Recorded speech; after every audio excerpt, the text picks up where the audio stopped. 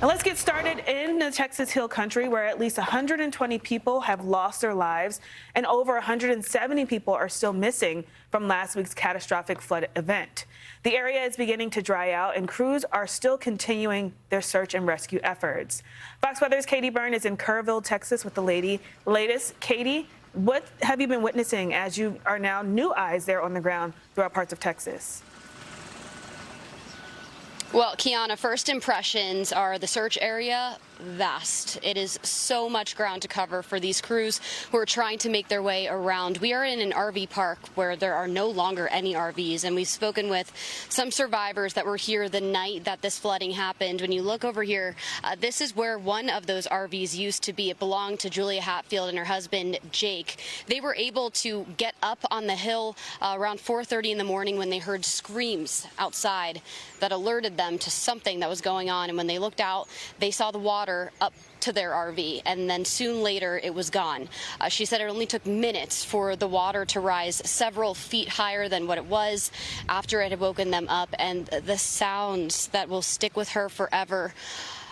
Sounds of people screaming, children screaming, and a sight of a boy that was floating in the water. She said they were desperately trying to get to him, but they couldn't because of how fast it was all happening. But she was able to see a photo of him the following day alive. So we are hearing these incredible stories of how some people floated on mattresses and ended up miles downstream, but okay. We know that that's not the case, though, for a lot of people, and that's what's so heartbreaking about all of this. You can imagine Julia, she called her dad the first thing that she did when this was all happening, and it was a terrifying phone call where she essentially thought maybe she was saying goodbye. Luckily, her and her husband were able to survive, but these are just the traumatic stories that we're hearing from people. Now on day 7 of this search, where crews are using all kinds of resources to help them. There's heavy machinery here. People are driving it in from all over the place and trying to help with these search efforts because we've got these huge 20-foot high piles of debris that crews are trying to get through and check if there are any victims inside. That has cleanup on hold for a bit because Kerrville officials are asking people before they start cleaning up to make sure that some of these piles of debris have been cleared by cadaver dogs and these teams that are on the ground. We also have helicopters making passes in the sky every 15 minutes or less in some cases. NASA has sent in 2 aircrafts to help with the search as well, and some people are on horseback searching through these riverbanks. And the area that they're searching, it is just very difficult terrain. And what I was trying to convey earlier was that there's not a road along the river, which, you know, the most of the damage is about a 25-mile stretch is what the locals are telling me. So there's not one single road. In some cases, these workers are hiking through these trees that are bent in half from that power of the rushing water and trying to get through every pile of debris and clear it as they still search for more than 150 victims, Kiana. It's absolutely devastating. There are so many resources on the ground right now and just a sense of urgency, a sense of everyone kind of holding their breath of what we're about to learn, what's going to happen, if there are any survivors, though I think some families are losing hope at this point on day 7. Still, they want that closure. They want to be able to bury the body of someone that they're missing, and that's the most important thing for people that we're speaking with on the ground.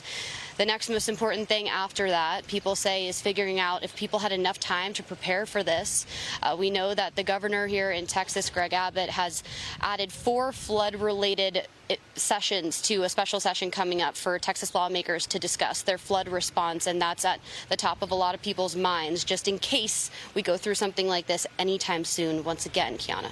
Absolutely, and it is so deserved that those families get the final answer to so many questions that are still unanswered 7 days out. Katie, before we let you go, I know that you've been talking to residents a lot throughout today, and a lot of these residents have lost everything. They're alone, family members. Are there any things that material-wise that they need there? They're in need, and they want folks to kind of help in any type of way. Have they been talking about that in any way? Well, a lot of people are just showing up, with themselves and these big trucks to try to help sort through this debris. I know there was an all-call put out from the Cajun Navy yesterday for some of the excavators that they need to get through some of the debris. So some big materials are needed, but they also just need hands, I think, in some cases, though officials are saying as far as search and rescue efforts, people need to be checking in with the organizations who are running the search and rescue because they have to go through, approvals, making sure that they're, equipped and have the training to do this very delicate work, Kiana. As far as on the ground, I think people are also looking for cleaning supplies, places to stay.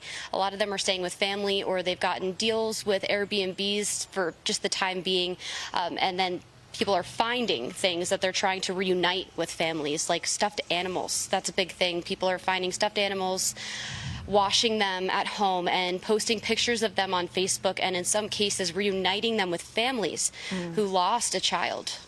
Okay, well, we'll definitely keep eyes on the ground there. We appreciate all of your updates. Katie Byrne there out of Kerrville, Texas.